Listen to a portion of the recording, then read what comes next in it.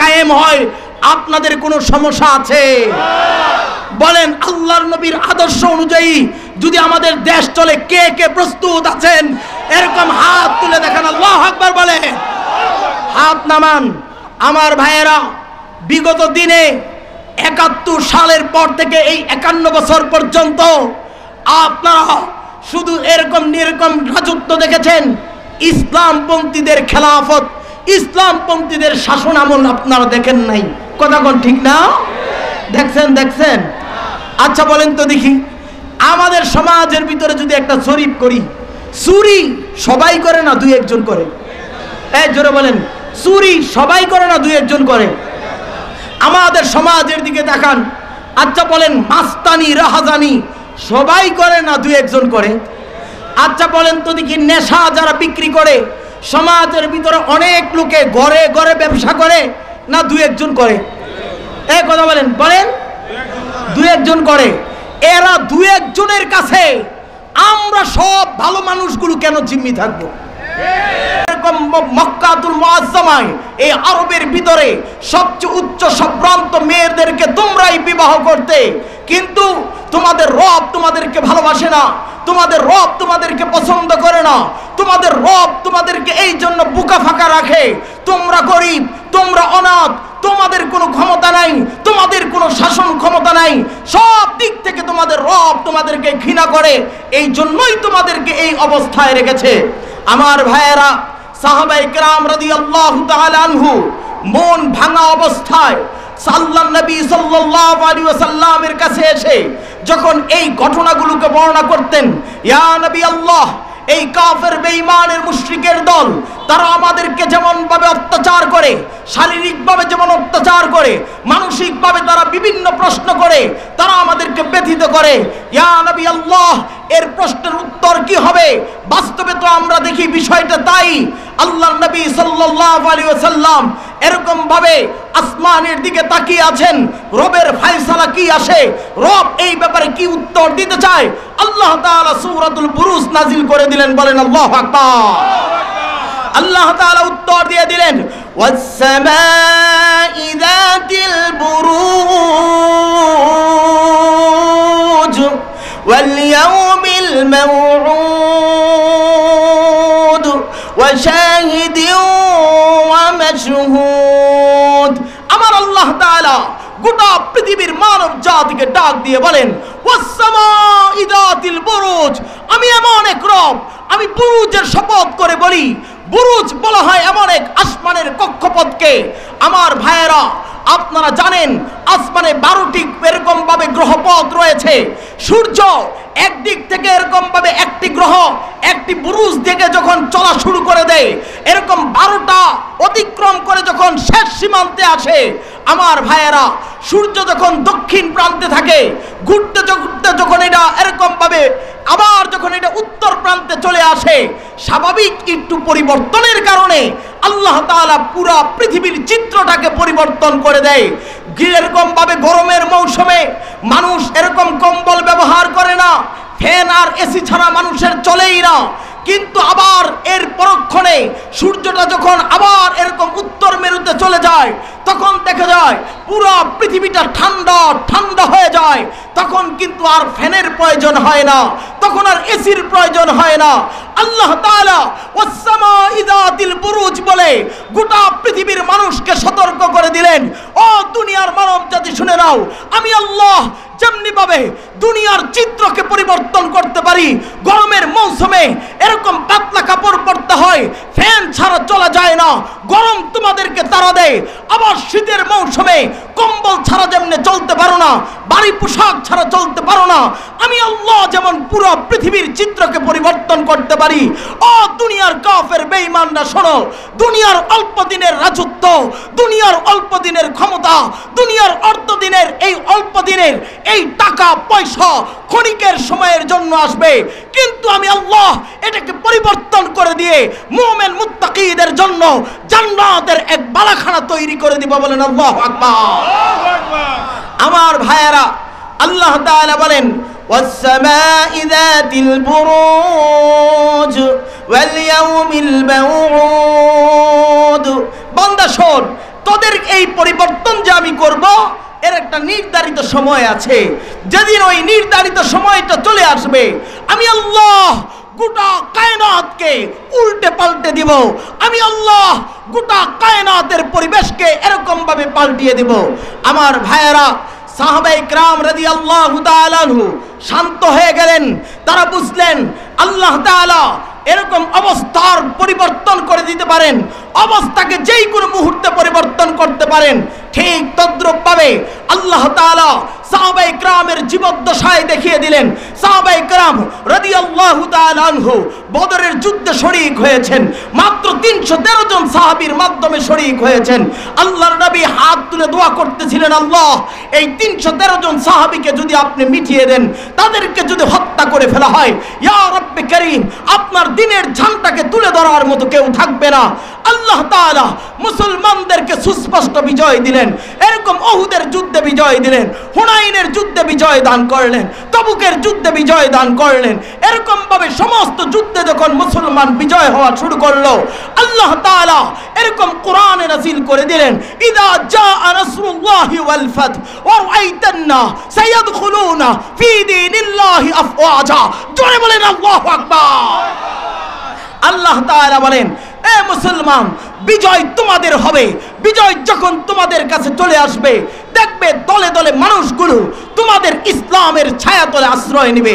আল্লাহর নবী সাল্লাল্লাহু আলাইহি ওয়াসাল্লাম যেদিন সর্বপ্রথম মক্কা বিজয় করেন, সাহাবায়ে কেরামকে নিয়ে যখন তিনি মক্কায় ঢুকতেছিলেন, এ আমার ভাইদেরকে স্পষ্ট ভাষায় বলতে চাই, আল্লাহর নবী মক্কায় প্রবেশ করে এবার ঘোষণা দিলেন, ও মক্কার বেঈমান কাফেরের দল, তোমরা শুনে নাও, তোমরাই তো ওই দল, তোমরাই তো ওই জাতি যারা আমার বেলালকে মরুভূমির উত্তপ্ত বালুর উপরে শোয়ায়া, প্রচন্ড একটা পাথর বুকের উপরে চাপা দিয়া, তাকে লোহার বর্ম পড়াইয়া ওই মরুভূমির উত্তপ্ত বালুর উপরে শোয়ায়া রাখতা। হযরত বেলালের পিঠের গোশতগুলো পুড়ে যেত। হযরত বেলালের পিঠের গোশত চতুর্দিকে পোড়া গোশতের গন্ধ চতুর্দিকে ছড়িয়ে পড়ত। হযরত বেলালকে তোমরা শাস্তি দিয়েছো। আরে তোমরাই তো সেই দল যারা আমার খাব্বাবকে জ্বলন্ত আঙ্গারের উপরে, আগুনের উপরে টানা হেসরা করে তার কোমরের গোশতগুলোকে সরিয়ে দিয়েছো। আরে তোমরাই তো সেই দল যারা আমার সুমাইয়াকে লজ্জায় স্থানে বর্ষা মেরে আমার সুমাইয়াকে তোমরা শহীদ করেছো। আরে তোমরাই তো সেই দল যারা আমার খুবাইবকে রাত সারা দিন এরকম ভাবে দড়িতে বেঁধে রেখে চাবুক আর লাঠি দিয়ে অনেক মারধর করতে। এই মক্কার বেঈমান কাফেরের দল, বল তো দেখি, আজকে আমরা বিজয় করেছি, স্বাধীন করেছি, বল তোমরা আমার কাছে কি চাও, কি প্রত্যাশা করো?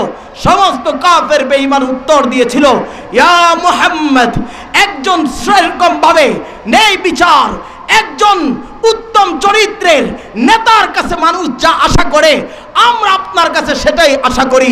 সাইয়্যিদুনা মুহাম্মদুর রাসূলুল্লাহ সাল্লাল্লাহু আলাইহি ওয়াসাল্লাম ছিলেন রহমতের নবী, দয়ার নবী, মায়ার নবী।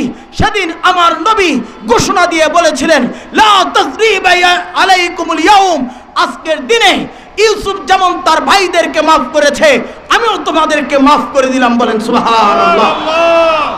আমি আজকে তোমাদেরকে মাফ করে দিলাম, সাধারণ ক্ষমা ঘোষণা করে দিলাম।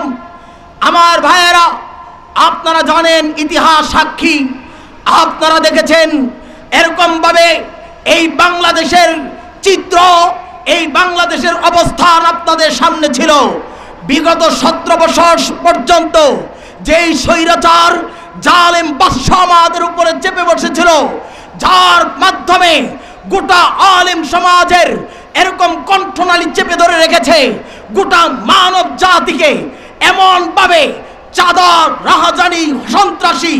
আমার ভাইয়েরা, আমাদের সামান্য শীতল লক্ষার ওই নৌকাওয়ালা, মাঝিওয়ালা, ঠেলাওয়ালা, ব্যানওয়ালা, অটোওয়ালা, এমন কোন সেক্টর নাই, এমন কোন কোম্পানি নাই যেখান থেকে তারা চাঁদা উত্তোলন না করতো। কথা বলেন ঠিক কিনা? গোটা বাংলাদেশটাকে যখন অস্থিতিশীল করে দিয়েছিল, আপনারা দেখেছেন তাদের স্পর্ধা এতটুকু বেড়েছিল। নায়েবে আমিরুল মুজাহিদিন যখন বরিশাল থেকে নির্বাচন করেছিলেন, তারা একজন আল্লাহর ওয়ালির গায়ে হাত দিতে পর্যন্ত দ্বিধা করে নাই। আল্লাহর ওলির শরীর থেকে পর্যন্ত রক্ত জড়িয়েছিল, ঠিক কিনা? আমরা তো মনে করি সেদিন থেকেই এই জালেম, এই স্বৈরাচারের সরকারের পতন সেদিন থেকে হয়েছে। আল্লাহর নবী বলেন, কেউ যদি তার ওলির সাথে যুদ্ধ ঘোষণা করে, আমার আল্লাহ স্বয়ং তার বিরুদ্ধে যুদ্ধ ঘোষণা করে। কথা বলেন ঠিক কিনা?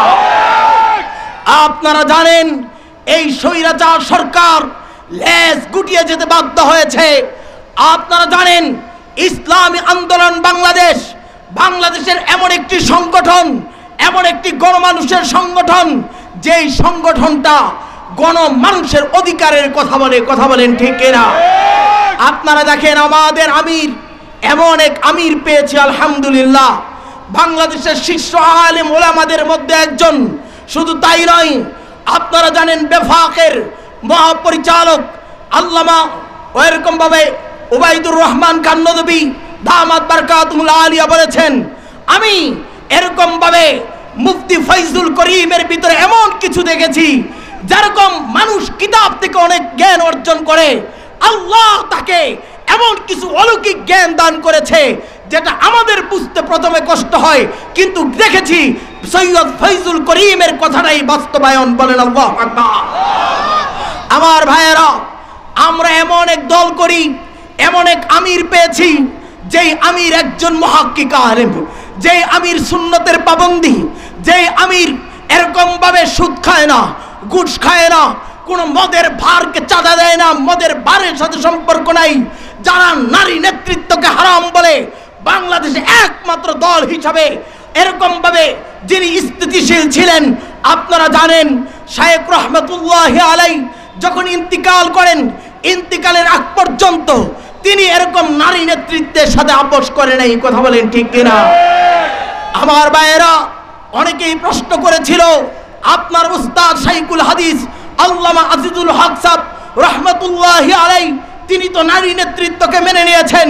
তিনি একটা শান্তভাবে উত্তর দিয়েছেন, আমার উস্তাদ যেতে পারে কিন্তু আমি যাব না। আমার উস্তাদ যদি তার ইস্তেহাদের মাধ্যমে তিনি যদি করে, তাহলে তিনি যেতে পারে, বাকি আমি যাব না। বলেন আল্লাহু আকবার। আপনারা জানেন ইমামে আযম ইমাম আবু হানিফা রাহিমাহুমুল্লাহ, তিনি অনেক মাসআলা বলেছেন, যেই মাসআলার সাথে এরকম ভাবে ইমামে আহমদ ইবনে হাম্বল, ইমামে মালিক যারা এরকম ভাবে দ্বিমত পোষণ করেছেন, এই কারণে কখনো মাসআলাগতভাবে সমস্যা হয় নাই। আমার ভাইয়েরা, কিন্তু আমরা দেখতে পাই মাত্র কয়েকজন যারা একটা এই সোনালী কাফেলা, এই এরকম ভাবে রক্ত দিতে যেই কাফেলা তৈরি হয়েছে, যেই কাফেলা যাদের একটা কর্মী আলহামদুলিল্লাহ ইসলামী আন্দোলনের একটা কর্মী, তারা এরকম ভাবে নেশার সাথে জড়িত থাকবে তো দূরের কথা, খোদার কসম খেয়ে বলি একটা সিগারেটও পান করে না। কথা বলেন ঠিক কিনা? যাদের মাথায় পাঁচকলি টুপি দেখা যায়, যারা মসজিদের সামনের কাতারে থাকে, যারা সমাজের ভালো মানুষের যদি তালিকা করতে হয়, চরমনার প্রতিটা মুরিদকে সমাজের ভালোদের ভিতরে তালিকায় আনতে হয়। কথা বলেন ঠিক না? আমাদের এমন একটি সংগঠন, আমাদের এমন একজন আমির আমরা পেয়েছি, কিন্তু আমার ভাইয়েরা, আমাদেরকে টেক লাগিয়ে দেওয়ার জন্য সমাজের ভিতরে বিভিন্ন ধরনের এই দলটাকে পিছনে ফেলে দেওয়ার জন্য অনেকে বিভিন্ন ধরনের কানাঘোষা করে। আজকে আপনাদেরকে দ্ব্যর্থহীন কণ্ঠে বলতে চাই, মানুষ ডাকাত ওই ঘরে হামলা করতে চায় যেই ঘরে হীরা মণি মুক্তা থাকে। কথা বলেন ঠিক কিনা? আমাদের এই কাফেলার মিশন চারটা। কয়টা? জোরে বলেন না। 1 নম্বরে দাওয়াত, 2 নম্বরে তালিম, 3 নম্বরে তাজকিয়া, 4 নম্বরে আল জিহাদ ফি সাবিলিল্লাহ। বলেন আল্লাহু আকবার। আমার ভাইয়েরা, আমাদের এই কাফেলা এমন এক কাফেলা, যেই কাফেলা সাধারণ মানুষকে দ্বীনের দাওয়াত দেয়, যিনিকে আল্লাহ বুলা মানুষকে আল্লাহর সাথে জড়িয়ে দেওয়ার জন্য এরকম ভাবে যারা মসজিদকে ভুলে গেছে, মসজিদের কাতারে তাকে লাগিয়ে দেওয়ার জন্য, যারা আল্লাহর নামের জিকির ভুলে গেছে, এই আল্লাহ বুলা মানুষগুলোকে আল্লাহর জিকিরের মজমায় ঢুকে দেওয়ার জন্য ইসলামী আন্দোলন বাংলাদেশ মুজাহিদ কমিটি কাজ করে থাকে। কথা বলেন ঠিক কিনা? আপনারা জানতে হবে, ইতিহাস জানতে হবে। 2 নম্বরে এরকম ভাবে আত-তালিম। আপনারা জানেন বাংলাদেশে, আপনারা জানেন আমাদের কোরআন শিক্ষা বোর্ডের আন্ডারে প্রায় অসংখ্য মাদ্রাসা রয়েছে, হাজারো হাজারো মাদ্রাসা রয়েছে, যেগুলো এরকম ভাবে শায়েখ রহমতুল্লাহি আলাইহি যার মিশন ছিল বাংলাদেশের 64,000 গ্রামে 64,000 কোরআনী মক্তম কায়েম করা। কথা বলেন ঠিক কিনা? আপনারা হয়তো বা অনেকে বুঝেন যে আমাদের মাদ্রাসাগুলো হয়তোবা শুধু নুরানি মাদ্রাসা, বিষয়টা ভুল। আপনারা শুনলে খুশি হবেন, এরকম সাইদনগরে আমাদের মাদ্রাসা সাইদিয়া কারিমিয়া মাদ্রাসা, খবর নিয়ে দেখেন বাংলাদেশের টপ লেভেলে যারা বেফাকের ভিতরে সবচেয়ে ভালো রেজাল্ট করে আমাদের জামিয়া কারিমিয়া, এরকম ভাবে সাইদিয়া কারিমিয়া, ওই যে ভাটারা মাদ্রাসা বাংলাদেশের বেফাকের সিরিয়ালে থাকে। দাওরে হাদিস ইফতা পর্যন্ত মাদ্রাসা, রামপুরায় দাওরে হাদিস ইফতা পর্যন্ত মাদ্রাসা। সারা বাংলাদেশে ইসলামী আন্দোলনের তালিমের ব্যবস্থা রয়েছে। 3 নম্বর বিষয় হলো আত-তাজকিয়া, নফসের আত্মশুদ্ধি। আপনারা জানেন আমাদের নফসের আত্মশুদ্ধির জন্য আমাদের একটা একটা করে সবক আদায় করতে হয়। আপনারা জানেন আমার ভাইয়েরা, একজন ছেলেকে পূর্ণ শিক্ষিত হতে হলে 1 এ ভর্তি হতে হয়। 1 2 3 4 5 6 7 8 9 10 এভাবে পড়তে পড়তে তাকে ধীরে ধীরে এগিয়ে যেতে হয়, একসময় ডক্টরেট পর্যন্ত অর্জন করে। আমাদের তরিকার ভিতরে 21টা সবক রয়েছে। কয়টা বলেন না? কথা বলেন কয়টা? প্রায় 21টা ঔষধ রয়েছে, সবক রয়েছে, স্তর রয়েছে। আপনার 1 নম্বর সবক শুরু হয়, 2 নম্বর সবক শুরু হয়, 3 নম্বর ধীরে ধীরে শুরু হয়। বলেন তো এখানে যারা আছেন আমাদের শায়েখ, আমাদের আমিরুল মুজাহিদিন, এই সবকের পরীক্ষা আমাদের চরমনার ময়দানে নেয় কি নেয় না? আরে জোরে বলেন নেয় কি নেয় না? আমার ভাইয়েরা, আমাদের আমিরের তত্ত্বাবধানে আমাদের এরকম ভাবে আদ-দাওয়া চালু আছে, আর এরকম ভাবে আত-তালিম চালু আছে, আত-তাজকিয়া চালু আছে। 4 নাম্বার যে বিষয়টা আল জিহাদু ফি সাবিলিল্লাহ। আমার ভাইদেরকে বলবো ভালো করে বুঝেন। আমরা দেখি অনেকে ফেসবুকের ভিতরে জিহাদ জিহাদ শুরু করেন। আরে ভাই, জিহাদের অধ্যায় শুধু তোমরা পড়েছো কিতাবে, আর আমরা কি পড়ি নাই? আমরা কি তাহলে জানি না? আরে জিহাদ তো আমরাও পড়ি, এমন কেউ নাই জিহাদকে অস্বীকার করে। সবাই জিহাদের জন্য, খেলাফতের জন্যই সবাই কাজ করে। আরে শাইখুল হাদিস রহমতুল্লাহি আলাইহি তিনি তৎকালীন সময়ে বুঝেছেন এখনকার জিহাদ মানে অন্ততপক্ষে সংখ্যা গরিষ্ঠ করে সংসদে যাওয়া, এরকম ভাবে বুটের লড়াইয়ের ভিতরে যুদ্ধ করে সামনে অগ্রসর হওয়া, এর নাম জিহাদ। বর্তমানে শাইখুল হাদিস রহমতুল্লাহি আলাইহি, মুফতি আমিনী রহমতুল্লাহি আলাইহি, তারা যদি তোমার থেকেও জিহাদ ভালো বুঝতেন, তোমার থেকে তারা জিহাদের অধ্যায় ছাত্রদেরকে পড়াইতেন। আরে আমি বলি শুধু স্টেজে বসে বসে, আরে ওসামা সাহেব তুমি অনেক লেকচার মারো, নিজেকে বড় জিহাদ দাবি করো, দেখলাম না একদিন তলোয়ার নিয়ে রাস্তায় নামতে, দেখলাম না একটা পিস্তল নিয়ে তুমি রাস্তায় নামতে, তুমি জিহাদের স্লোগান দাও। আরে বাংলাদেশে জিহাদি যে সংস্থা আছে, আরে এগুলোর ভিতরে তোমার নামও তো সেই পরিমাণ নাই। যারা প্রকৃত মুজাহিদ তারা তোমাকে চিনেও না। আরে তুমি জানো তুমি এরকম জিহাদের ওয়াজ দাও, আরে তুমি জিহাদ কতটুকু করেছো? আসো না দেখি, একটা কাজ তোমার দেখাও না যে এটা আমি জিহাদ করেছি। এই তাগুত সরকার, স্বৈরাচার সরকারের ওই গণভবনে কয়দিন তুমি অস্ত্র নিয়ে হামলা দিয়েছো? কয়দিন তুমি তলোয়ার নিয়ে রাস্তায় দাঁড়িয়েছো? তাহলে বুঝা গেল তোমার মতো বুঝা বুয়া, তোমার মতো বুয়া মুজাহিদ, তোমার মতো বুয়া যোদ্ধা এই বাংলাদেশের মানুষ চায় না, চায় না, চায় না। কথা বলেন ঠিক কিনা? আমার ভাইদেরকে বলবো, আমাদের আকাবিররা সৈয়দ ফজলুল করিম রহমতুল্লাহি আলাইহি, শাইখুল হাদিস এরকম ভাবে আজিজুল হক সাহেব রহমতুল্লাহি আলাইহি, মুফতি আমিনী রহমতুল্লাহি আলাইহি, তারা বুঝেছেন বাংলাদেশের প্রেক্ষাপটে যেরকম তলোয়ার নিয়ে, বোমা নিয়ে, অস্ত্র নিয়ে যদি বাংলাদেশের ময়দানে জিহাদের স্লোগান দেওয়া হয়, তাহলে এই দেশে ইসলামিক কাজগুলোকে ওই বিনদেশীরা আরো কড়াভাবে বন্ধ করার চেষ্টা করবে। কথা বলেন ঠিক কিনা? আমাদের মুরব্বীদের হিকমত ছিল, আমাদের মুরব্বীরা ভালো বুঝতেন। শুধু চরমনাই এরকম গণতন্ত্র আবিষ্কার করেছে বিষয়টা এমন না, আমরাই শুধু ভোটের রাজনীতি করি বিষয়টা এমন না। আমাদের আমিনী সাহেব রহমতুল্লাহি আলাইহির দল ভোটের রাজনীতি করে, ওই খেলাফত যুব মজলিস, বাংলাদেশ খেলাফত যুব মজলিস, মামুনুল হক সাহেবের দল ভোটের রাজনীতি করে, খেলাফত আন্দোলন ভোটের রাজনীতি করে, সমস্ত দলগুলো ভোটের এরকম রাজনীতি করে, এমনকি বাংলাদেশের জামাতে ইসলামী তারা ভোটের রাজনীতি করে। কাউকে তো দেখলাম না অস্ত্র নিয়ে এরকম ভাবে মাঠে আসার জন্য। তাহলে শুধু খালি চরমনার ব্যাপারে টেক লাগাও কেন? কথা বলেন ঠিক কিনা? কথা বলেন ঠিক কিনা? শুধু চরমনার ব্যাপারে টেক লাগাও না। ও যেদিকে নিজ পানি বুঝিয়ে দিক দেশায়, কথা কয় না, কথা মনে আপনারা বুঝেন না আমার, যেদিকে নিজ পানি এদিকে যায়। কারণ এই আলী হাসান উসামা সে যদি মামুনুল হকের দলের ব্যাপারে কথা বলে, মামুনুল হকের দলের লোকেরা তাকে শায়েস্তা করবে, কথা কোন ঠিক না? যদি আমিনী রহমাতুল্লাহ আলাইহির দলের ব্যাপারে কথা বলে, তার দলের লোকেরা তাকে শায়েস্তা করবে।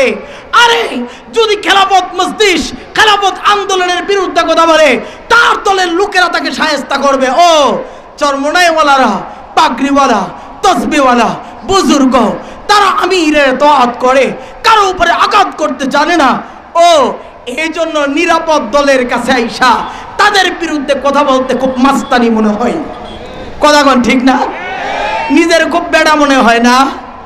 আমরা বলবো স্পষ্ট ভাষায় বুঝেন, কাদা ছোড়াছুড়ি বাদ দেন।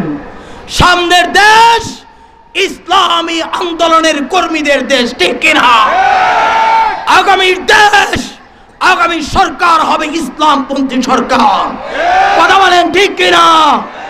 আজকে আমরা বলবো এই বৈষম্য বিরোধী ছাত্র আন্দোলনে ছাত্ররা কেন নেমেছিল? ছাত্ররা নেমেছিল তাদের অধিকার আদায়ের জন্য। আপনারা জানেন যে দেশে অধিকার থেকে খর্ব হয়, মানুষ ধীরে ধীরে প্রতিবাদী হয়ে ওঠে।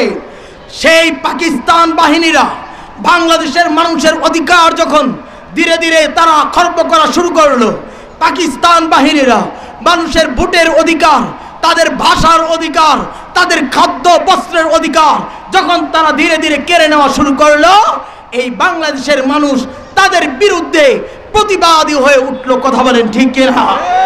আপনারা দেখেছেন মানুষকে যখন তার অধিকার থেকে বঞ্চিত করা হয় তখনই মানুষ প্রতিবাদী হয়ে ওঠে। ঠিক তদ্রূপ ভাবে আমরা দেখেছি এই স্বৈরাচার শেখ হাসিনা সরকার মানুষের অধিকারকে যখন কেড়ে নিয়েছে, গোটা বাংলাদেশের মানুষ, আফম জনতা, বৈষম্য বিরোধী ছাত্ররা, ইসলামী আন্দোলনের নেতাকর্মীরা, বাংলাদেশের সবাই দল মত নির্বিশেষে তাদের অধিকার আদায় করার জন্য রাস্তায় নেমেছিল, কথা বলেন ঠিক কিনা? সেই 5 তারিখের পরে আপনারা দেখেছেন দেশের কি চিত্র, কি অবস্থা। আহারে আমি তো বলতে চাই মুহাম্মদ রাসূলুল্লাহ সাল্লাল্লাহু আলাইহি ওয়াসাল্লাম প্রথম মজলুম ছিলেন, তিনি এরকম অত্যাচারিত হয়েছেন, তাকে নির্যাতন করা হয়েছে, তাকে আঘাত দেওয়া হয়েছে। কিন্তু আল্লাহর নবী যখন সরকার হলেন, রাষ্ট্রীয় ক্ষমতায় বসলেন, আপনারা অনেকে ভুলেই যান। আপনাদেরকে একবার স্পষ্ট ভাষায় বলতে চাই, ইহুদিদের মিশন হচ্ছে, ইহুদিরা চায় এই বাংলাদেশের মানুষ ইসলাম পালন করুক, তবে মসজিদের ভিতরে করুক। এই বাংলাদেশের মানুষ ইসলাম পালন করুক, তবে মাদ্রাসার ভিতরে করুক। এই মানুষটা চায় মানুষ ইসলাম পালন করুক, শুধু ওয়াজের মাহফিলের ভিতরেই করুক। কিন্তু এই দেশের নাস্তিক মুরতাদরা, স্বৈরাচারের দোসররা, তারা কখনোই চায় নাই ইসলাম সংসদ পর্যন্ত পৌঁছক, কথা বলেন ঠিক কিনা?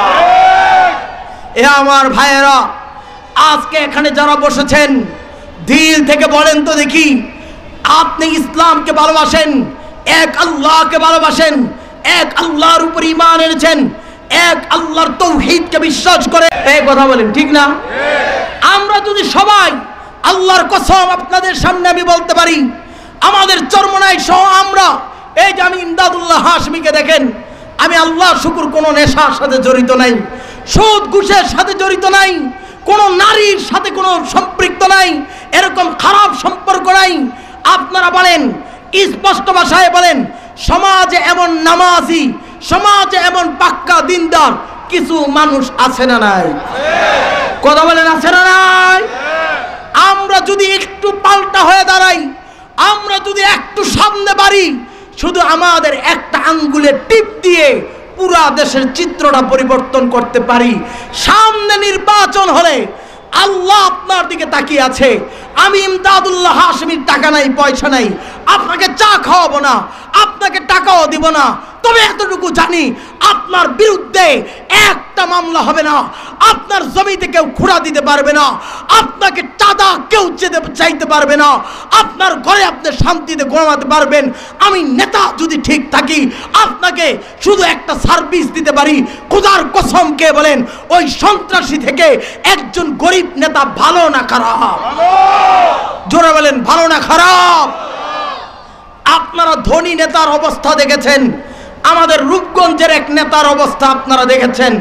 ধনী নেতার অবস্থা এমন, তার প্রতি মানুষের ক্ষোভ কেমন ছিল, শুধু কর্ণগোপ ওই মেলটার দিকে তাকান। আরে কথা কোন ঠিক না? মানুষের অন্তরের ক্ষোভ, মানুষ তার প্রতি কেমন একটা হিংসাত্মক ছিল, তার প্রতি প্রতিশোধ নেওয়ার কেমন এরকম ভাবে তাদের অন্তরে কাজ করেছে, শুধু মেলটার দিকে তাকাইলেই তার প্রমাণ পাওয়া যায়। ঠিক কি না? আরে জোরে বলেন ঠিক না? ঠিক না? আমার ভাইয়েরা, আহারে আজকে বলবো আপনারা একবার স্পষ্ট বুঝেন, আজকে থেকে নিয়ত করেন সমাজের ভালো মানুষটাকে সাপোর্ট দিবেন। সমাজের ভালো মানুষ তিনি ভদ্র থাকে, সমাজের ভালো মানুষ কারোর সাথে ঝগড়ায় লাগতে চায় না, সমাজের ভালো মানুষ কারোর সাথে তর্ক করতে চায় না। এই মানুষগুলোকে আমরা পিছনে রাখতে চাই। কথা বলেন ঠিক না? কথা বলেন ঠিক না? এ আমার বাবারা, এ আমার রূপসী গ্রামের ভাইয়েরা, এ আমার তারাবের ভাইয়েরা, আজকে আমরা এই তারাব পৌরসভাকে একটা মেসেজ দিতে চাই। আপনাদের সময় এসেছে, এরকম ভাবে কালোকে কালো বলতে হবে, সাদাকে সাদা বলতে হবে, সত্যকে সত্য বলতে হবে, মিথ্যাকে মিথ্যা বলতে হবে। ইনশাআল্লাহ কে কে রাজি আছেন? ইনশাআল্লাহ রাজি আছেন? ইনশাআল্লাহ হাত নামান আমার ভাইয়েরা।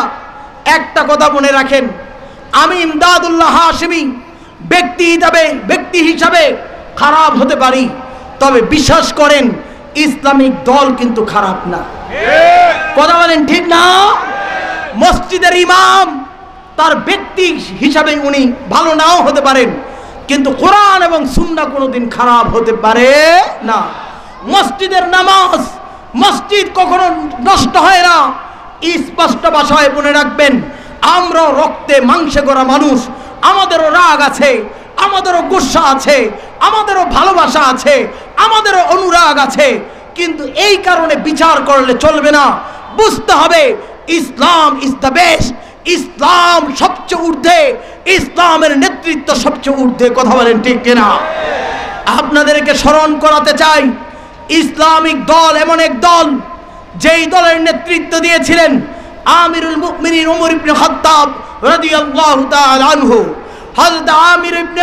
হযরত ওমর ইবনে খাত্তাব রাদিয়াল্লাহু তাআলা আনহু, তিনি আমির, তিনি গোটা মুসলিম জাহানের নেতা, তিনি হচ্ছেন আমিরুল মুমিনিন। তিনি যখন সিংহাসনে বসলেন, এরকম ভাবে তিনি একটা ঘোষণা দিয়েছিলেন, সেই নীল নদের তীরে একটা কুকুর যদি না খেয়ে মারা যায়, আমি ওমরকে আল্লাহর কাঠ গড়ায় দাঁড়াতে হবে। কার কাঠ গড়ায়?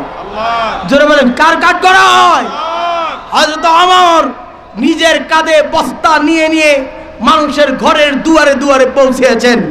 আপনাদের কাছে একটা প্রশ্ন তুলতে চাই, আপনারা ইসলামী আন্দোলন বাংলাদেশের এমপি দেখেন নাই, মন্ত্রী দেখেন নাই, প্রধানমন্ত্রীও দেখেন নাই, তবে বাংলাদেশে আমাদের চেয়ারম্যান দেখেছেন। ঠিক কিনা? আরে কথা কোন ঠিক না? আমাদের চেয়ারম্যান খালেদ সাইফুল্লাহ সাহেবের দিকে তাকান, আমাদের চেয়ারম্যান হেদায়েতুল্লাহ আজাদের দিকে তাকান, আমাদের চেয়ারম্যান রংপুরের চতুর্দিকে তাকান। আমাদের চেয়ারম্যানদেরকে দেখলেই মনে হয় ইসলামী আন্দোলনের নেতারা সেই ওমরের আদর্শ ধারণ করে নিজের কাঁধে বস্তা নিয়ে এই বন্যার ভিতরে ত্রাণ পৌঁছে দিচ্ছে। কথা কোন ঠিক না? একজন চেয়ারম্যান যদি এই আদর্শ দেখায়, স্পষ্ট বলতে চাই, ইসলামী আন্দোলনের একজন এমপি, ইসলামী আন্দোলনের একজন মন্ত্রী যদি সংসদে আসে, রাষ্ট্র ক্ষমতায় আসে, এর সুফল আপনারা পাবেন। কারণ তার এত টাকার দরকার নাই, কারণ তারা আসবে জনগণের খেদমত করার জন্য। কথা বলেন ঠিক কিনা? আমার ভাইদেরকে বলবো, হযরত ওমর ফারুক, হযরত ওমর ইবনে খাত্তাব রাদিয়াল্লাহু তাআলা আনহু একবার তিনি মসজিদে নববীর ভিতরে খুতবা দেওয়ার জন্য মিম্বারে উঠেছেন। মিম্বারে যখন তিনি খুতবা দিবেন, তার গায়ে একটা লম্বা জুব্বা ছিল। সাথে সাথে একজন সাহাবী মাঝখানের কাতার থেকে দাঁড়িয়ে গেলেন, প্রশ্ন করলেন, আমিরুল মুমিনিন ওমর, আমার প্রশ্নের উত্তর দেওয়ার আগ পর্যন্ত তুমি খুতবা দিতে পারবে না। বলেন আল্লাহু আকবার বলেন। বুঝতেছেন, গোটা পৃথিবী এরকম ভাবে যিনি রাজত্ব করেন, যিনি আমিরুল মুমিনিন, যিনি সুপার পাওয়ার, যিনি প্রেসিডেন্ট, তাকে একজন সাধারণ মুসল্লি দাঁড়িয়ে গেছেন, প্রশ্ন করেন, ওমর, আমার প্রশ্নের উত্তর না দিয়ে তুমি খুতবা দিতে পারবে না। ওমর বললেন, বলেন আপনার কি প্রশ্ন? ওমরকে বলা হলো, আমরা বাইতুল মাল থেকে সবাই এক টুকরো করে কাপড় পেয়েছি, আপনিও এক টুকরো কাপড় পেয়েছেন।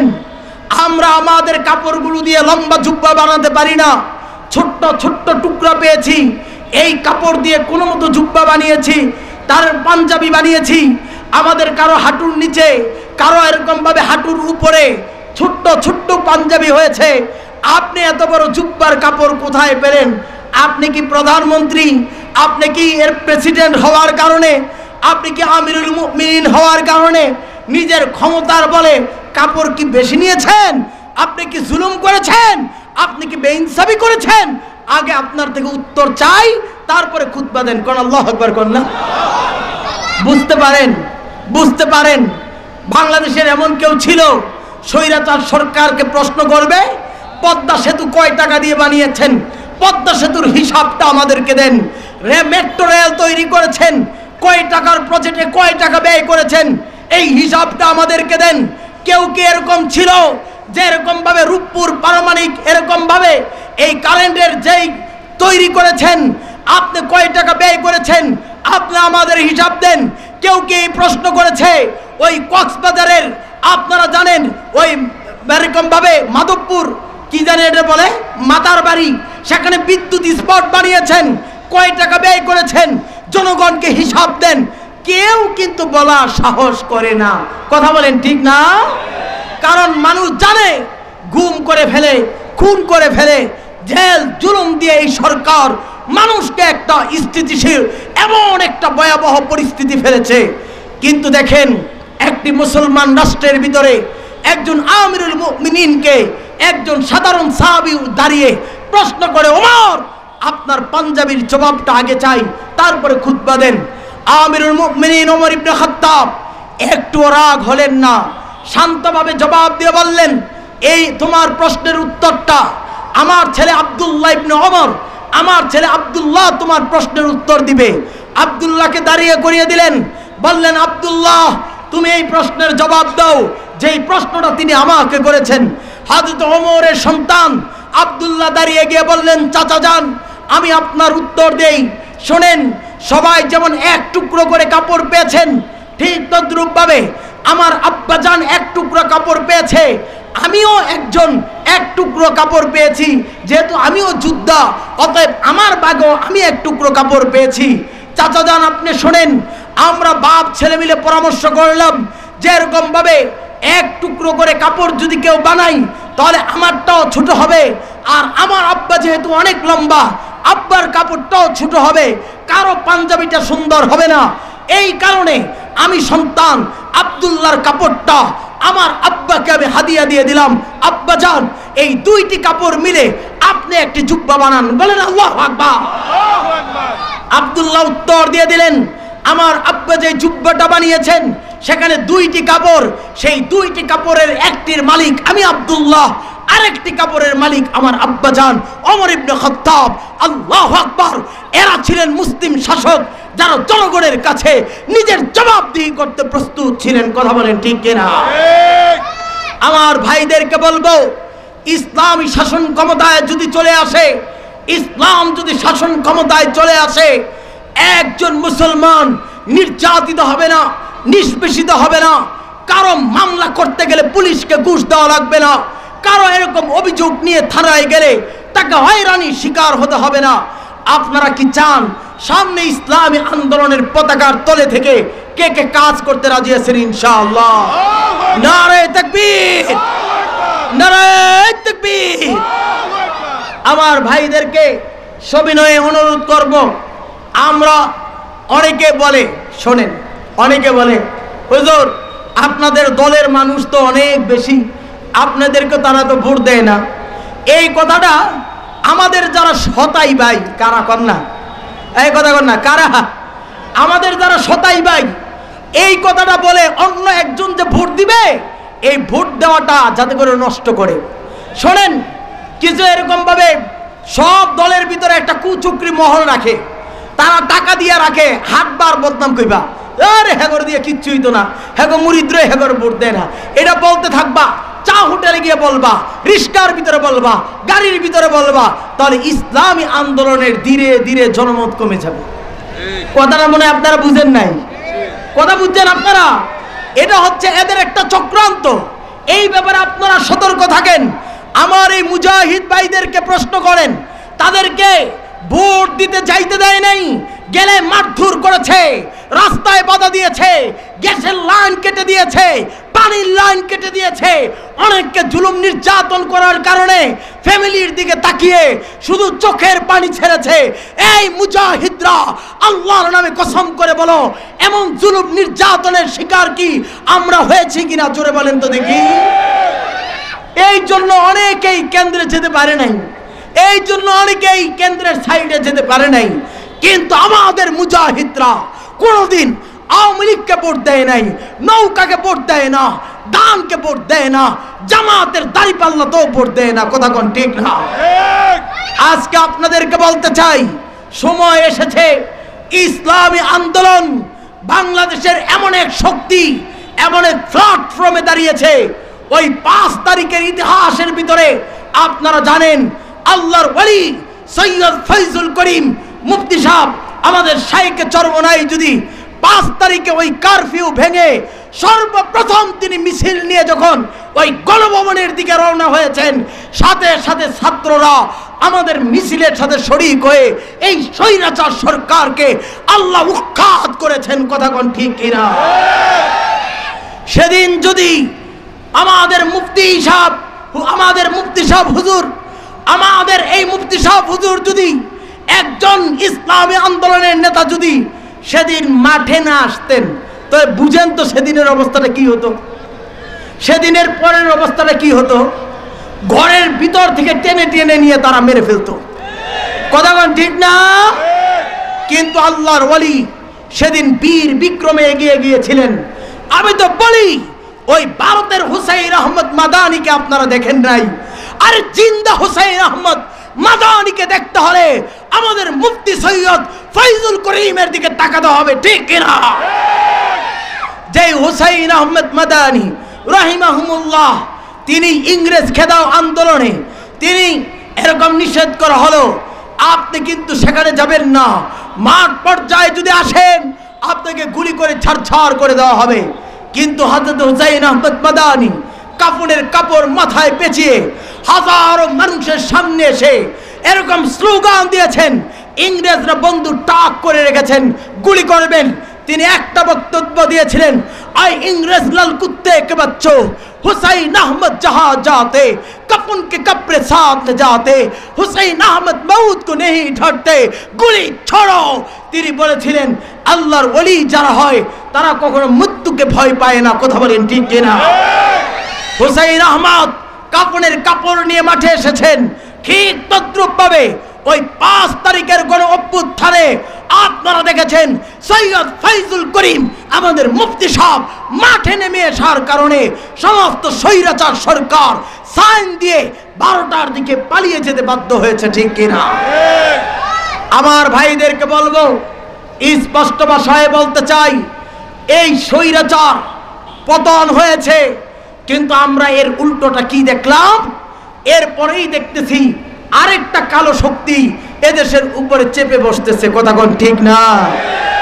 যে কালো শক্তিটা যারা ক্ষমতায় আসে নাই, কিন্তু জায়গায় জায়গা থেকে এখনই চাঁদা তোলা শুরু করেছে। আরে কথা বলেন ঠিক না?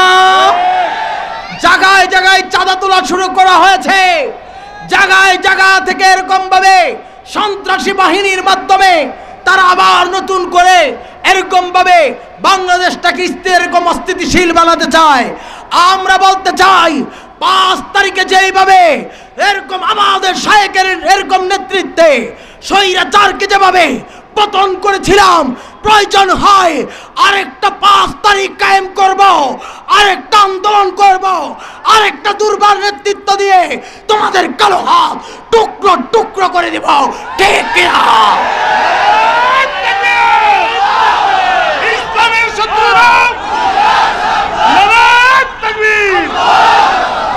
আমার ভাইদেরকে বলতে চাই, স্পষ্ট ভাষায় বলতে চাই, আমরা আর মুদ্রার এপিট ওপিট দেখতে চাই না। ঠিক আছে?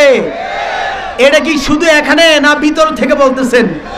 একবারে দিল থেকে কে কে রাজি আছেন হাত তোলেন, আল্লাহু আকবার। এই সবাই হাত তোলেন, ওয়াদা করেন আল্লাহু আকবার। আমার ভাইয়েরা শোনেন, শোনেন ভাই, আল্লাহর জন্য বলে যাই, আমি আপনাদের সন্তান, রূপগঞ্জের সন্তান। চলুন সবাই মিলে কাঁধে কাঁধ মিলে রূপগঞ্জকে সাজাবো, এই দেশটাকে আবার নতুন করে সাজাতে চাই। সারা বাংলাদেশের ভিতরে নারায়ণগঞ্জ জেলা পুরা বাংলাদেশের একটা গুরুত্বপূর্ণ জেলা। সেই নারায়ণগঞ্জের ভিতরে 1 নম্বর আসন হচ্ছে রূপগঞ্জ। এই রূপগঞ্জ প্রশাসন থেকে নিয়ে বাংলাদেশ সরকার পর্যন্ত এখানে একজন টিউনু দিতে হলে বুঝে শুনে দেয়, যে সে এখানে দায়িত্বে আসে না। একজন ওসি আসতে হলে বুঝে শুনে আসতে হয়, যে সে আসতে পারে না। এমন একটা গুরুত্বপূর্ণ এই রূপগঞ্জকে আগামী রূপগঞ্জের রূপ ফিরিয়ে আনতে কে কে তৈরি আছেন ইসলামী আন্দোলনের ছায়াতলে থেকে মাঠে ময়দানে কাজ করবেন? নারে তাকবীর। আল্লাহ আমাদের সব ভাইকে কবুল করেন, আমিন। ওয়া আখির দাওয়ানা আনিল হামদুলিল্লাহি রাব্বিল আলামিন। আসসালামু আলাইকুম ওয়া রাহমাতুল্লাহি ওয়া বারাকাতুহু।